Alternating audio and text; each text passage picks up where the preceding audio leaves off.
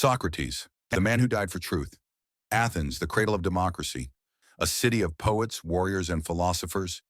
But in 399 BCE, it became the place where truth was put on trial. And one man stood at the center of it all. A man who never wrote a single book, but changed the course of human thought forever. His name was Socrates. Socrates wasn't born into wealth. He wasn't handsome.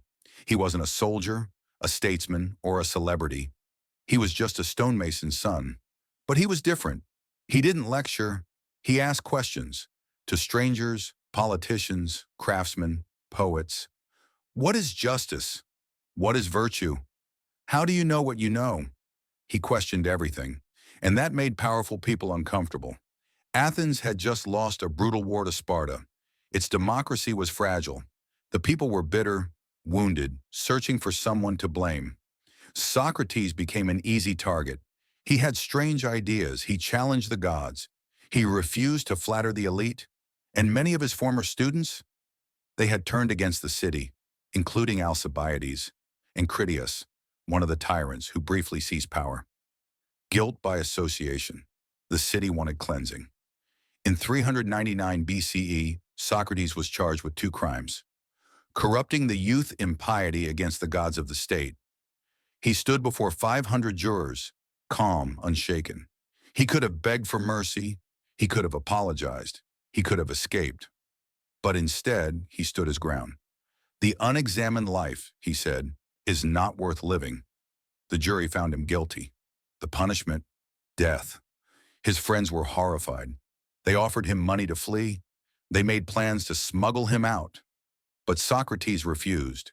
He believed in the laws of Athens, even if those laws killed him.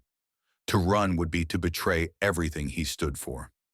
And so he spent his last days in prison, debating with his students, laughing, questioning, preparing. On his final day, his closest companions gathered around him. They wept. But Socrates, he was calm. He spoke about the soul, about death, about how truth is eternal. Then, without fear, he took the cup of hemlock and drank it. Slowly, the poison crept through his body. His limbs went cold. His breath slowed.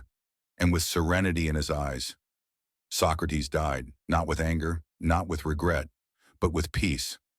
Socrates left no writings, but one of his students, a man named Plato, recorded everything. And through Plato came Aristotle. Through Aristotle came centuries of philosophy, science, and logic. The Socratic method became the foundation of reason, law, ethics, politics, education, all changed because of one man who dared to ask why. Socrates could have lived. All he had to do was stay silent. But instead, he chose death because he believed truth mattered more than life. So now we ask you, was he a fool, a martyr, a hero, or the wisest man to ever live? Let us know in the comments.